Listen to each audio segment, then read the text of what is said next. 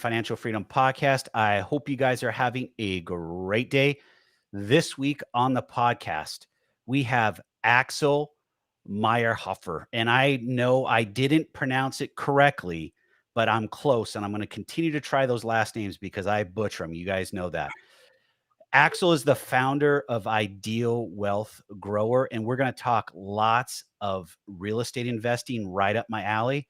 Axel, welcome to the show. Yeah, hi Ryan. Thank you. And you did awesome on the name, by the way. Well, thank you. I hate butchering last names, and yours is a little more difficult, but I give it a shot. No, you did great. So before we get into what you're doing with Ideal Wealth Grower, tell a little about your background to the listeners. Yeah, absolutely. So I'm originally from Germany and came over to the United States as part of an exchange program between the US Air Force and the German Air Force. Stayed way longer than originally anticipated, and that's a story in and of itself. And in aviation, your body just gets to a point where you just can't handle that kind of physical stress anymore that is required in jet aviation. So I was basically in front of the decision, do I stay in the military and not fly anymore, or do I retire from the military and see what I can do in civilian life? And so I chose the latter, then got into an executive role at a software company, and then in 2005 started my own business. Have been having a business of my own, or now two businesses, ever since. And if you think about 2005 was just slightly removed from the dot-com bust. So that Mhm. was one of the big things, when I got into the civilian world, I was like thinking, what could I do so I don't have to work forever? But stocks seem to be out, right? And so I went into researching what other options are there and started looking into real estate. And yeah, and dug deeper and deeper in good German, diligent way. And here we are, like 15 years later, and it became basically a passion and a profession. I know we had a pre-call, but I didn't know your background as a pilot. So what were you flying? That's pretty cool. Yeah, I started out in Germany. I was one of the very first people to fly a jet called the Tornado, or also officially known Mhm. as GR1, Uh-huh. swept wing, dual engine, and so forth. And then when I came over to the US, I flew F-111s for the Oh. US Air Force. Yeah, and those were the two main planes. I mean, there were a few other little intermezzos and stuff, but those were the main two platforms I was flying. So how long did you fly for? 22 years. Wow. That's really cool. That's awesome. Yeah, So, it was an awesome time. It's just, I wish when you turn like into the 40s that your body would hold up a little bit. I could have done this, but s- mentally, I thought I could have done it forever. But I mean, I remember the very last centrifuge training. So every year you get like a really thorough physical, and then every other Mhm. year you're being tested for your ability to handle the strain, so to speak. And one of the ways to do it, instead of going out in a plane, is they put you literally like with your astronauts, they put you in a centrifuge, and Uh-huh. then you have to do certain exercises to keep the blood in your head so that you can see and can think and stuff like that. And so they increase the speed, and you're kind of like pumping like a like a little hamster or something like that. And so I got to the limit. The limit at the time was like 6.5, and they push it until you say, okay, I got enough. So I think my limit at the last test was like 7.8 or something like that. G. So everything, like your hand, your nose, your feet, everything weighs 7.8 times as much as normal. And but then I came home, and for one, I felt really exhausted. And so I'm undressing to take a shower, and my wife said, "What the hell happened to you?" And all these little capillaries under the skin. Like I look like somebody had like run like a metal brush over my skin or something. Like all these little Wow. capillaries had burst, and yeah, and so it only was there for like 4 or 5 days, and then it all kind of healed up again. But that was my final indication. He said, "I don't think you should do this anymore." So So how many G's was that? Was it 6.5, you said? it was 7.8. 7.8. Is that the most G's you've ever pulled? No, temporarily I went up to 9, but the thing is in the Wow. centrifuge, I mean they can slow it down pretty quickly, but the point is that you can actually maintain your own pressure through muscle exercises Uh-huh. up high enough to sustain, because obviously the blood wants to go in your feet and you need it in your head. That's what I mean by pumping against it, so to speak. And you can do this with your muscle exercise. You can basically constrict the arteries, but obviously the pressure, has causes reactions, I guess is the best way to put it. Wow. I mean, that's pretty cool. I've never, I mean, I know pilots, but not military pilots, and that's really cool that you could do that. And that's got to be some serious strain on your body over 23 years, 22 years that you did that. Oh Yeah, man, absolutely. that's a Yeah. lot of work. Well, it's also, on the other hand, I always try to look at the positive side of things. And one of the positive things I believe is that it infused a level of fitness, right? That I mean, I'm nowhere near as fit as I was when I did that, but I still Mhm. believe that all this activity, all these exercise and stuff have kind of like trained the body to be more, you know, resistant to any kind of external influences than if I would have just been at a desk all my life or something. So you decide to get out. It's Mhm. 2005. Stocks were out. What kind of led you down the path to what you got into with your company? Well, like I said, first I started looking at what alternatives are out there. And in that search, for me, I was really like, where do I start? How do you find something like this? And one Mhm. of the things was that in the area where we were living, there were like Edward Jones and these kind of like financial advisory services. And I met with a few of these people, and they basically pretended that what was going on in the stock market didn't happen. Like, and they basically made it sound like a fluke. But one of the things that had happened at the last base that I was stationed at in New Mexico, we became friends with a real estate agent who had sold us the lot for the house that we got built. That was at the time the first time that we actually got a new house built, and he Mhm. was basically involved in the development. And sometimes, I don't know if you or your audience members have experienced that, you have initially a business relationship, but you kind of click and you like each other and you meet a few times, and then you get invited to a barbecue and all that kind of stuff. And so Yes. we kind of became friends. So in those 3 or 4 years that we were stationed and living in that house, and so I talked to him a lot. And then when I got out of the military, I talked to this financial advisor, and he made so much sense, and the financial advisor basically made no sense to me. So I thought, well, real estate could be something. Who is doing this? Right? Because a Mhm. little 25,000 people town in New Mexico is definitely not the mecca of real estate investing, right? So I looked into it and I found a few people. The one that is still stuck in my head is Arnold Schwarzenegger, right? Who is at the time was holding one of the largest residential real estate portfolios in California, because he used the money from the movies and invested it in real estate, right? And I started Yes. digging further, went to workshops. There weren't things like podcasts yet or so forth, but I bought books and stuff. And I guess as a German, what really resonated with me is all of this made sense. The math made sense.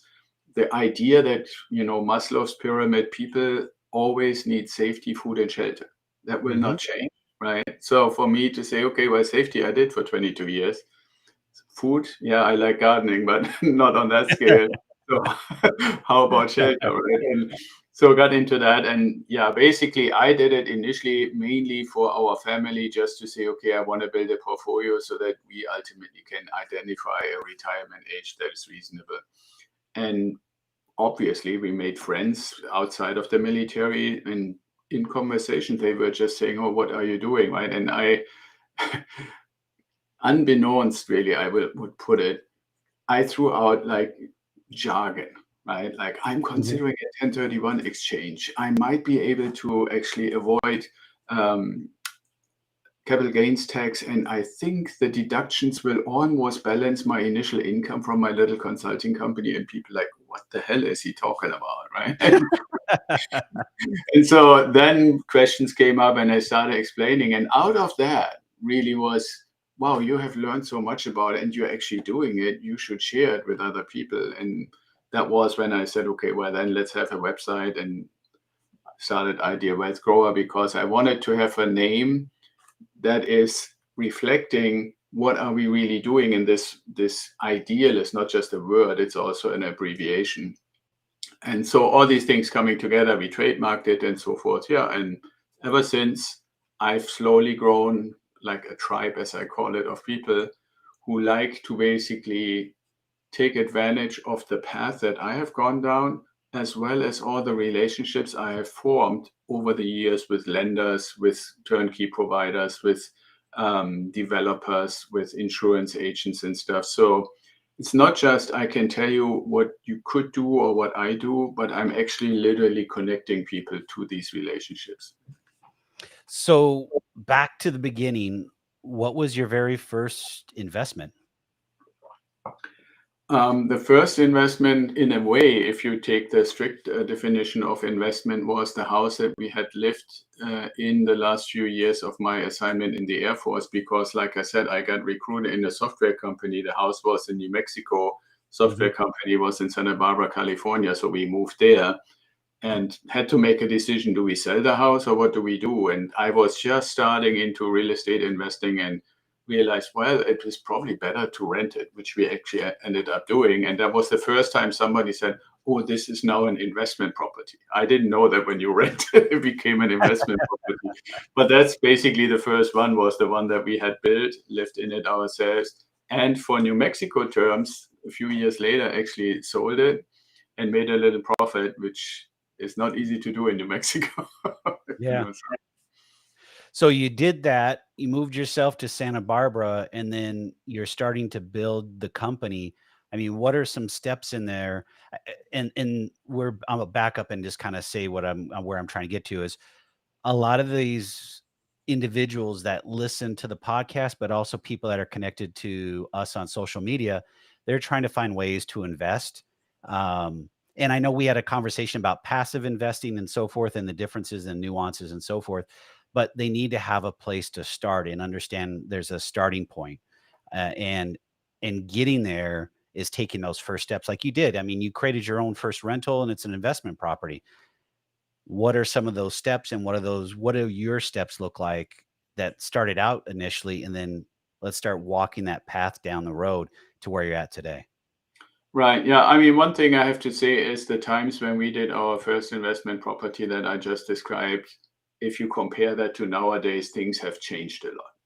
Mhm. So I would say if we bring it up to now to your audience and to what people would do or what I'm advising people to do, is basically from a starting position, you have to look at two scenarios. The one scenario is to say, okay, first, check where you are physically. What is your physical location? Like I mentioned, for me, we moved to Santa Barbara. It didn't take a rocket scientist to say, probably really hard to do real estate investing in a place where at the time, even then, a regular house was like 600, 700, $800,000, right? So Wow. when you find out that you are living in an area somewhere in the country where the ratio between the price of a property that you would be willing to own and then lease or rent out to a tenant versus what you can actually collect and rent, if that ratio is out of whack. Like I live now in the San Diego area, Mhm. average prices for really modest homes are like in the 700,000 plus area.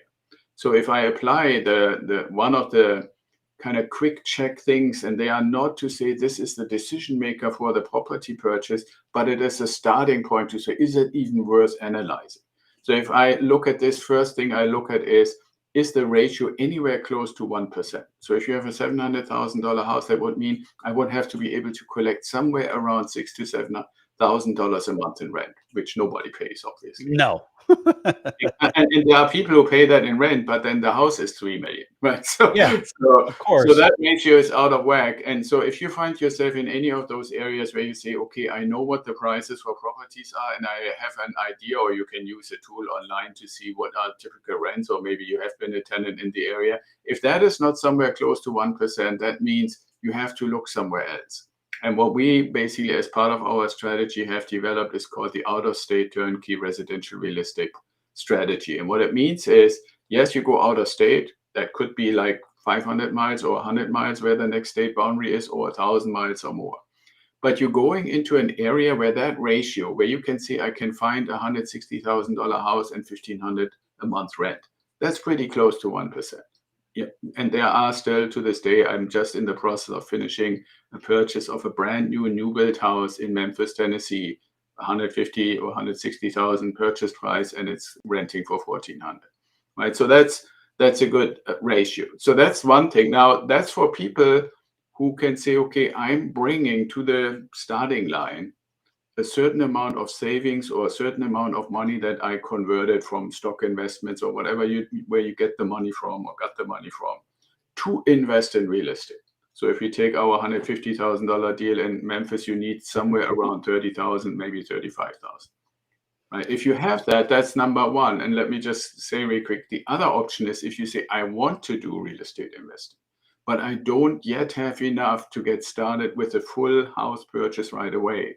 There are now platforms that I teach people. I do it myself. I call it cash flow banking.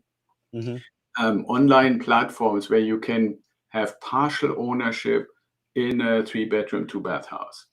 Right. And so you can start that literally with $50 a month. Now, it would take a really, really, really, really long time if you keep going that way. But I just want to demonstrate that the barrier to entry that the media is oftentimes portraying, if you want to be a real estate investor, you first have to be rich, is just not true. Unless it's now true that having $50 a month is being rich. Right. So I've not heard that definition. So No. if you 50 or 100 or 300 or 400 you can put, so then you can build kind of like your investing down payment, and as soon as that reaches a number that is enough to actually make the first investment, you can then get that first investment and take the cash flow and pump it back into the same location, $50 increments. So let me back up. For those individuals that don't have enough for a down payment, describe that vehicle. I mean, are you taking $50 a month from them and building it up over time and putting it in some type of money market or some type of vehicle, or are you putting it into like fractional ownership of a property? Yeah, I'm not taking the money from the client. I'm basically showing the client the platform that I'm using myself. And so they basically establish an account, hook it up to their bank account, and then decide how much money per month or on whatever interval they want, they would like to put in it. And fractional ownership, for your audience, just to describe that real quick, what that means is the platform owner finds a property at 123 Main Street in Cincinnati, Ohio. They basically sign a contract for this property, and let's say it's a $180,000 property that is renting for $1,600 or $1,650 or something like that. So they signed the contract to purchase this property in cash for this asking price, immediately turn around and create an LLC, a limited liability corporation called 123 Main Street in Cincinnati, Ohio. And then, because they know exactly how much they paid, so it's the 180 plus some fees and stuff like that. Let's just say, for easy calculation, the total is 200,000 all in. Right? So 200,000 all in. They break that basically in $50 increments. So that means you have 4,000. And the best way I like to explain it is, think of it as shares in a company. Right? So you have 4,000 shares. Every single one is $50. And if you buy one, or you buy 10, or you buy 100, you have that many shares in this LLC that owns 123 Main Street in Cincinnati. Right? And you will now participate in the rental income. You now participate in the appreciation of the value of this property. Now you participate in the depreciation that people get when they own residential real estate. You get a K1 from the platform for your little increment of that property. And you can do this like 1 month. You say, okay, well, I have $500, so I buy 10 of those. And next month they have 123 Main Street in Columbus, Ohio, and you buy 10 of those. And then the next month they have 123 Main Street in Dayton, Ohio, and you buy maybe 20 because you have a bonus or something like that. And step by step, you have this fractional ownership in the same thing that you ultimately want to really have ownership in the full property. When you say, and your audience might say, okay, why do I ever leave that? Why wouldn't I just continue to keep putting my $50, $100, $200, $500 into this platform? The really key thing to realize is, I said at the beginning, the company, the platform buys the property for cash. And everybody who owns a piece in the form of these shares owns them in cash. And the real thing that makes real estate investing so superior to almost every other thing in investing anywhere is leverage. So when you buy your own property, the one that we mentioned earlier, the $150,000 property in Memphis, you put 30,000 and maybe a few thousand in fees, but the rest comes from the bank. Now the trick here is, if that $150,000 property improves in value by 5%, that's $7,500. It's not just you getting 20% of that, you're getting the full $7,500, right? So if you say I put 30,000 in, the property improved in value by $7,500, that's more than 20% return just on that, and you haven't collected any rent or anything, right? So that leverage is what makes the big difference between buying and owning the property outright for you owning the whole thing versus $50 increments on a platform where everything is in cash. But when you say, how do I get on the path to, like you say, creating financial freedom or chasing financial freedom? These initial incremental steps are just little steps on the way. We have this term time freedom point, which is a number that you determine some point in the future on the calendar where you say, I have a pretty good idea what my life expenses are. And therefore, I want to build a portfolio of passive income that is giving me that amount of money every month. Because when you get to that point, typically for most people, it takes about around 7-8 years or so. When you get to that point, then you have the freedom to decide what you want to do with your time, which could be you keep working, you work half time, you come up with something that you've always wanted to do, but it doesn't pay well. Now you can do it because you don't have to worry about the money anymore, right? So those two aspects, and that first one about the incremental just didn't exist when I first turned my house into an investment property in New Mexico. But now, even somebody who, well, I have to wait years before I have enough for the starting line. No, if you can say, I have $50, $100, $200 a month available, you can start. And the interesting thing why I'm combining it in our conversation about this is what we're buying, how we're buying it, how we decide this one or that one is exactly the same as you will later have to do when you choose which property you buy for your own right with leverage and all of that. So the education is, I would say, in my view, in my opinion, perfect, even though you're only putting a few $100 or even just $50 in, to get ready and better informed if you're not in the category that can already buy one or more properties right away. And it's amazing that that investment vehicle has come a long ways, because I've seen it in many different forms. It used to only be for accredited investors, and then now it's become for the least sophisticated investors. There's just so many things that go into that. But I'm with you, is if you can actually get into the game, I'm all about going in full tilt and leveraging your assets and going through that process. But I think the other piece of it is we have some individuals and listeners that are wanting to take baby steps, and I think that fractional can work for them. But like you said, and I agree that about this, is you kind of get stuck in that rut to where you're like, oh, I get $50, I'll put $50 in, I'll put $200 in. You don't ever push yourself to get above and beyond, excuse me, to be able to push yourself to start owning your own properties. Are you going to get to that financial freedom if you continue to buy these fractional shares? More than likely not. I mean, it will take a very long road. It'll take a very long roadmap to get there, and it's not worth it. At some point, as I say, you got to pull the Band-Aid off and let it bleed out a little bit and just say, okay, I'm ready to do it. And that point that you talked about, time and freedom, is a huge thing. My podcast, this one specifically, and my other podcast, I do them because I have the time, because I've built up another business and now a secondary business too, that allow me to do this. But it took me 8 years, almost 8 years to be able to get there. And you're right. It's it's a journey that you have to be willing to go on and know where to get there. And a lot of people are not willing to put that sacrifice in. And that, and I know that is part of your business. And I wanted to kind of foray into that is you do some coaching when people come to you about real estate investing. How much is it is coaching and how much is it educating? You know, there's two different pieces of the pie there. Yeah, I would probably say in the beginning, it's more 70-30 on educating versus coaching.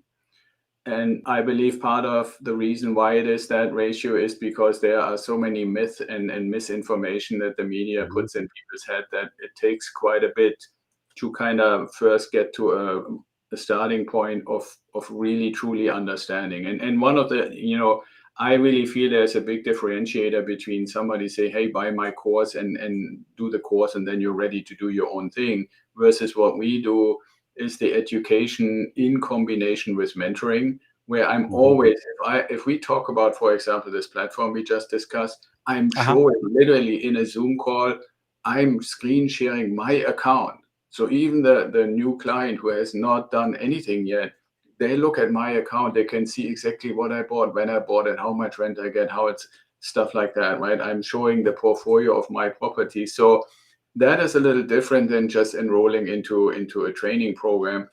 The other component, when does it shift or how does it shift from the 70-30, training Mhm. versus coaching to more 50-50 or maybe even more coaching? That happens when this initial foundation, okay, now I understand what it is. And now, how do I fit into the picture? Because I'm still blown away almost every time. And I'm not saying this as an accusation, but it is always, always necessary to really dig a little deeper of what do you really want from life? What are really Mhm. your goals? Where do you really want to go? How? And I do, for example, a nice little, I believe it's a nice little exercise. If you were a client, I would say, Ryan, let let's do the following exercise. You imagine yourself 3 or 4 years into the future, maybe 5 if you want. And then, even if you haven't done it, pretend you are a journal, or the British would call it a diary writer, Mhm. where you write down exactly what happens during a day from when you get up until you get to bed. So pretend you are 3, 4, 5 years in the future and you're writing a diary or a journal for 2 weeks of your life that you want to then get converted into a novel or something like that. And really think in depth, how will your life look like if you had more financial freedom, if you had reached the time freedom point, if you had purchased a bunch of properties, right? And that is just one little exercise to say, okay, I really have to kind of find a quiet time for a few hours, doesn't have to be all consecutive at one time, and really think about how do I want my life to look like? And Mhm. what do I want to be able to tell people in the future, like you just said, Ryan, like you have the benefit of time to do podcasts. Well, if somebody were to say, hey, Ryan, how did you get there? You would want to be able to fluently tell them the story, right? And so, what I'm doing with this and other exercises is to say, let's imagine what that story would be. And what we're finding is that a lot of people haven't spent a whole lot of time to imagine how their life in the future could or should look like. And that robs you to some extent of a constant motivation, which is really what coaching is, right? It's not so much teaching you what to do, it's basically, in a sense, be your accountability buddy, Mhm. right? Making sure that what you said you want to do is progressing in that direction, even when you feel down or when a deal didn't come through or something didn't work out, to build you back up, to encourage you, to inspire you, to remind you, all those kind of things. But first, we need to know where we want to go, right? And that's why, I put this finding the goal setting and where we want to go really important. And that's when we get to this 50-50 point. We talk about SMART goals and all those great things, but realistically, until you set a goal that is pointed for your life in the sense of where you want to go and you have that vision like you're talking about, you can't really go anywhere. And I'm talking from experience. I would put goals together. I have a whiteboard on the other side of this and I would put goals there. But for me, they weren't measurable enough. I wasn't achieving them. So I wasn't being very specific and I wasn't being thorough in what I was trying to do. And I honestly feel my first two businesses failed because of that. And I learned a lot from that. And being able to put goals in place that are measurable, actionable, and you can hold yourself responsible or hold yourself accountable for them is huge. And it doesn't matter whatever you're doing in life, real estate investing, life, job, um, I don't know what else, marriage, I don't know, whatever. If you don't have something in writing, and I'm with you, I don't have it with me. I actually have a little book that I keep all my goals in. And my goals don't reach that book pen to paper until they're specific, actionable, and going to be determined by me. I use Google Docs. I'll write down some ideas of stuff that I want to do. But if I don't get them onto a piece of paper, that means they're not something I'm going to go after. And I have a lot of ideas and a lot of goals, but again, I have to be specific and I have to be actionable. And I've learned from the coaching that I do outside of everything that I do, is that these individuals are failing because they don't have those actionable goals, and they have to be something that they're relatable to. Most people, and I'm going to joke about this, and I know you can laugh. Most people tell me, I want to make more money. Okay, great. I'll give you $1. You just made more money. How much more money do you want to, make? How do you want to make that money and when? And people look at me like I've got 4 heads, like it's a big deal. And I'm like, Yeah. how are Yeah, you and gonna? that's actually, I'm actually with you, Ryan. And the one thing that I piggyback on that, doing the exact thing that you just described, is to say when you have identified what it is using Mhm. SMART or something along those lines. Yep. Now imagine how it will feel, I like right? that. And that aspect of, and that's where this writing a letter to yourself thing comes in, or Mhm. diary or journal, is that part, how imagine how it will feel like, can become a really strong motivator, even for me as a coach and mentor, to say, is this desire to have this feeling, this kind of life and how it feels, is that desire still there, or has it changed, or do we need to adjust it? Has it gotten bigger? Has it more profound? How, and you can have that conversation over and over and over again. So the SMART goal, absolutely aligned with you. I really think this is extremely important. And the kind of softer, more emotional aspect that comes with it. How do I think it's going to feel like when I can tell people about what I've done? Mhm. That becomes basically the energy, the fuel, so to speak, to stay the course. I like that. How often are you having your clients revisit those goals? Well, it depends a little bit. I would say probably, but with my recommendation is twice a year, but I personally do it a little bit depending on their behavior. Right? Yeah, I Okay. sometimes have clients who have a great conversation with me. They tell me all the things they want to do, oftentimes even have quite substantial amounts of money that they could invest. Mhm. But there are some inhibitions, hesitations, analysis paralysis, those kind of things in the way, right? And when you go through the exercise of identifying the SMART goal and how would it feel to get there, um, that reduces that inhibition, that hesitation. Mhm. And so if it resurfaces, I bring back that conversation, regardless whether it's been 3 months or 4 months or 6 months or however long it's been. Or similar things when people, for example, get a little antsy, right? Because as you said, it is a journey. It's not a very Yes, quick it is. thing unless you have an amazing job with a huge amount of disposable income and stuff like that. But the majority of people that come to me, they may have gotten a good starting chunk of money, but then going forward to do the next couple of properties, because it's never going to be enough to just have one, right? You typically end up in residential real estate investing to get to your time freedom point. I would say you're ending up somewhere between 8 and 12. If it's significantly more than that, then you might want to look at, are your life expenses really reasonable, right? If you need 15 or 20 properties to cover your life expenses, you might be competing with the Joneses. So, Yes, you're chasing the Joneses. I like that. So typical, is that what you're seeing is 8 to 12 properties for your yeah. clients is what they're needing to, is that when I say this, let's get in the weeds a little bit. Is that just to cover living expenses or is that some profit in their pocket? I mean, what are you seeing at 8 to 12 properties? Well, 8 to 12 properties is looking at what do I need for living expenses, but I consider things like I want to go on a vacation once or twice. I want to be able to, have enough money to get a new car, and I want to have my hobby, not the hobby into your full time profession, but something that you do, like you might, do Got it. bike riding, or you might go swimming or running or any of those kind of things. For me, this is all part of life expenses.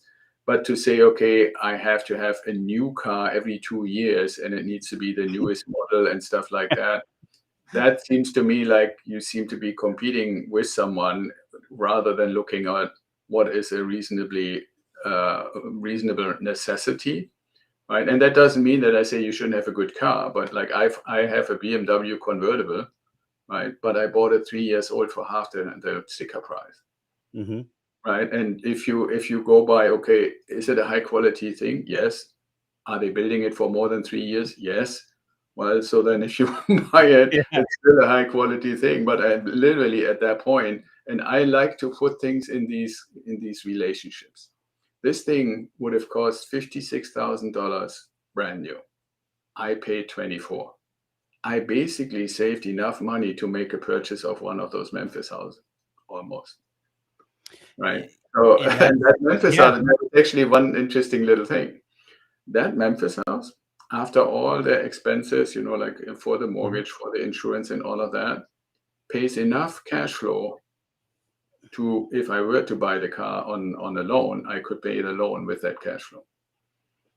Right. So the Uh, Memphis house basically pays for the used car, but it would never pay for the new car. This is just a little example to say, okay, is it something that is life expenses, something that is completely normal and you should have a nice car and everything, or is it splurging? And the time freedom point in that number is not for splurging. It's for having a good, comfortable life.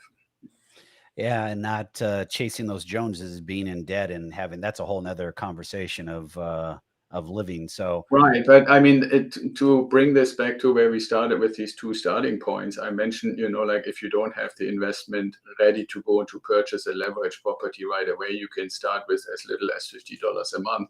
If you correct. go to this Memphis house, you now bought it, the tenants are in, and let's say you have $350 a month in positive cash flow after everything else is paid.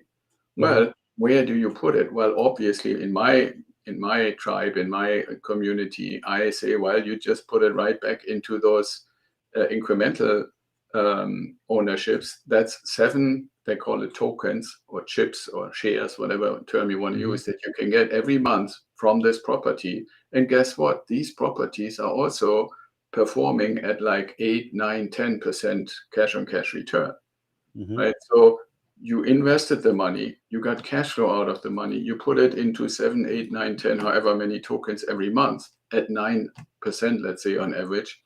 Well, that helps you accelerate to get to the next purchase. It might take a year or 15 months or something like that. And in the beginning, maybe even 24 months. But it's kind of like a flywheel that you kind of keep feeding and putting more and more energy in. And every so often, you have enough to buy another property. And that's how you get to your 8 to 12.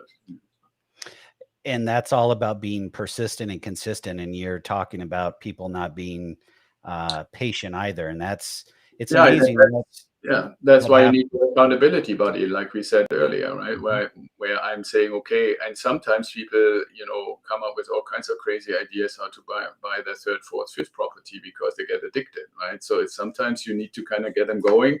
Sometimes you also need to hold them back a little bit and stay on a realistic path. Yeah, it's amazing how often they steer away and they think they're going to be millionaires overnight. But that's a whole nother topic for us to discuss. Can we talk a little bit before we wrap everything up a little bit about this Memphis property? You've got it.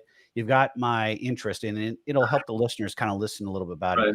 Can you share just some of the background in how this is going and where you're at and maybe some of the basic ROI and some numbers? Yeah, so fundamentally, when all the different machinations, developments, whatever you want to call them, in the last few years occurred, for me, when I saw inflation rising, stock markets getting a little bit overly exuberant, several other indicators in the economy showing, okay, the market is shifting. I mean, anybody who paid a little bit attention saw how massively real estate prices have increased. They can see all the reports now, how much rents have started increasing, will continue to increase. So as a residential real estate investor, you obviously, especially when you coach and mentor people and educate people, I feel an obligation to always kind of keep an eye on what's the market doing? How do we need to potentially reposition, especially in light of the fact that mortgage interest rates have gone up a lot, right? Yes. So if I then look at the situation, what I determined was the price appreciation of renovated properties compared to the price level of brand new build properties, what used to be a pretty big gap has closed, not quite to be the exact same, but very close, right? If you say, okay, I go to a turnkey provider in Tennessee or in Ohio, it's completely normal to find $150,000, $180,000, $190,000 properties that are still reasonably close to that 1% rent income. And then on the other hand, you find properties in the same price range, brand new. Now, when you think about time freedom point or financial freedom, and we said 8 to 12 years, I have to, and I'm advising our clients to keep in mind that an older, fully renovated house is still an older house. You haven't exchanged everything. You've exchanged the majority of the important systems. Well, if you have a brand new house to the current cost, brand new build in 2022, it has literally everything new. And the longevity on a reasonably well-built house is easily 50 years. That doesn't mean that you never have to repair something or maybe have to renovate something in those 50 years, but you're starting out at a different starting point. So for me, when this parity came closer and closer, it became more and more obvious to advise our clients to go for new build properties versus renovated properties. Now, what still is important in this case, like I said, because I signed the contract end of last year, mine is going to be about 150,000. If you sign a contract right now, it's 160,000. It's a 3-bedroom, 2 baths, 1,300 square foot house. So basically a starter house, brand new. Yeah. Mine is closing next month. Oh no, actually we have 1st of August, this month, I can say now. Sometime this month. And and it's renting right now. Rental prices are between $1,350 and $1,400. So it's not quite 1%, but for a brand new house. And one of the things, just for your audience to understand, if you buy a renovated property, knowing that it's like been originally built in the 1960s, 70s, 80s, maybe 90s, you always want to have reserve, capex reserve, and maintenance reserves. Now, if you have a brand new house, you can get away with saving yourself those 10% of your rental income because you typically get a brand new house with certain warranties on it, on pretty much everything. It's not just the builder, but it's all the stuff that's in the house is under certain warranties. And I have lived, like we started this conversation, in a brand new built house, a custom built house, and we lived there for 7 years and there was barely anything breaking, which I think is reasonable for a well-built property. It should be that way. Now, that is 10% of the rent, right? We said earlier, like let's say $1,400 is the rent. That's $140 a month less to put aside for eventualities, which means you can reinvest that $140 a month, everything else being equal. So that's the main reason. So about 1,300 square feet, about 1,400 rent, 150,000 to 160,000 purchase price. And so and one other thing is, and when people listen to us about talking about real estate, it's still true that location is important.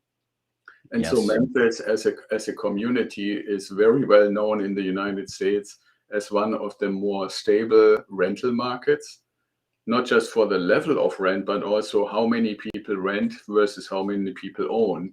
So it has for decades and decades been a very stable rental market. The economic environment has been positive. The political environment has been positive. So all those check marks that you go through to find out where do I invest have been and remain to be strong for investments in Memphis. And I'm pretty happy, and I'm happy to any listener who is interested in that to maybe contact me and say, hey, how can I get one of those things? I'm very open to say you don't have to be a client to benefit from what I know or who I know or what I can do. Now, obviously, we like for people to join our program and really get kind of like the full treatment, so to speak. But if somebody say this would be something interesting for me to do, I haven't heard about that. And Memphis is just one example. We do other locations as well. But it's always important for me that I only advise people to do anything that I have done or am doing myself as well. So I'm always the guinea pig up front to say, does this work? And sometimes it doesn't. I had recently tested a tiny house development in Panama because I thought, well, Mhm. maybe something outside of it. And I tried for 7 months to make it work. And for one, the fees were insane. The work habits were insane. Mhm. I mean, nothing got done anywhere close to when it was supposed to. And after 7 months, we had neither started construction, nor did we have the financial or the contract or the LLC Wow. or anything in place. Right. So I'm glad in hindsight, yes, it was painful. I lost a few $1,000s and all that fee stuff. But now I know I didn't get it done, and I would never give any client into that scenario. And I only know this because I tried it. Yeah. And No, so that's that's an important criteria where a lot of people say, well, I can teach you something, and then you go out and find out how you can actually execute. I only involve people in things that I have or am doing myself. yeah, there's a lot of those wannabes out there that will say they've done all this stuff and they haven't. And that's great that you go out and do it first and then share it with your tribe. That's the Yeah, best and way to that's do it. actually, I mean, if you were to ask me what is the most important question for anybody who is listening to the two of us or watching us to ask when they get involved with somebody that wants to help them with their investments, is for whatever they recommend, ask Mhm. them to show you, literally show you with name or title or something that is an official document, how much of what they advise you to do have they done and or currently own themselves. And you will be shocked how few people can actually, they all have all kinds of, by the way, quite Yeah. creative, interesting excuses why they're Yeah. telling you what to do without doing it themselves. But that's a really important question. Hey, you just told me to invest in this mutual fund. How much do you own of that? You just told Yeah. me to invest into this, I don't know, mall development. How much do you own in that? Ask people how much of what they advise you to do and put your money in, they own themselves. Proof is in the pudding, and that's where we're at. I mean, I'm with you. When people come into our group and we do that stuff, I mean, that's the first thing is I don't even let them I don't even let them ask the question. I'll say, here's our prior deals and here's what we're doing. And this is our track record. I mean, I have no problem sharing that information. So Me neither. it's If you go on our website, you can literally see the houses that we own. yeah, The yeah. point is, oftentimes you get a good story that sounds convincing, sounds interesting, sounds profitable. And as soon Mhm. as you Not say, well, then real. show me yours, so to speak. Yeah.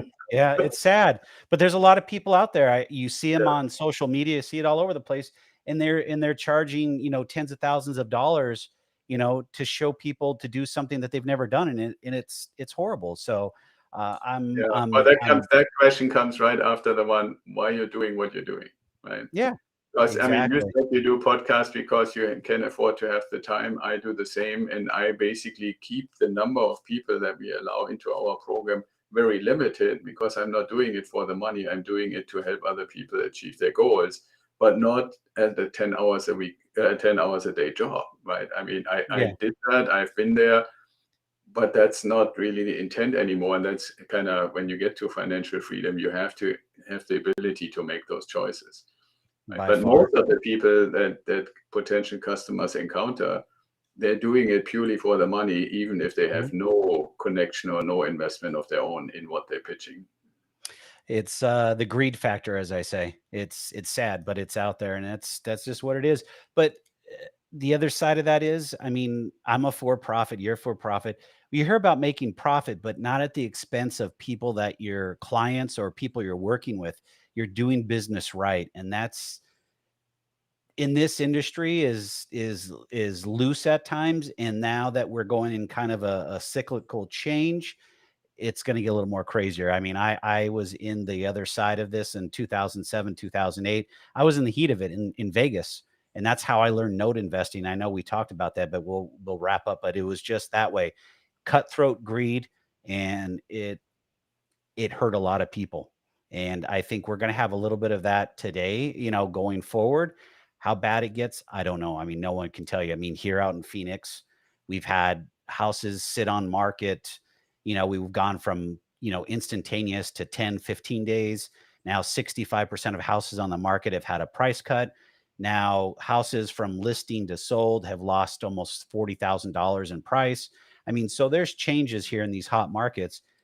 How do you take advantage of it, and how do you capitalize on it, and what can you do? That's all about education and doing it yourself and seeing what works. Just like you did in Panama, the exact same thing.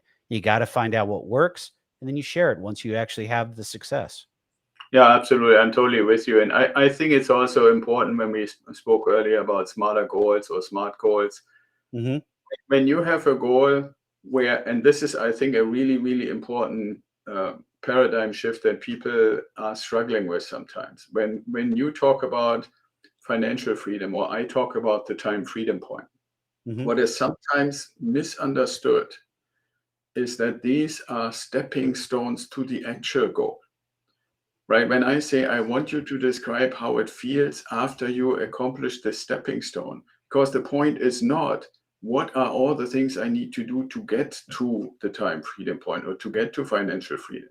The real goal is the life after reaching Correct. that, right? And so that's also taking out of the picture anybody who want to do these get rich quick schemes, because they get you to a number and then the house of cards falls apart. In our case, yes, I say it takes 8 years, 7 years or something like that to get to the number of properties.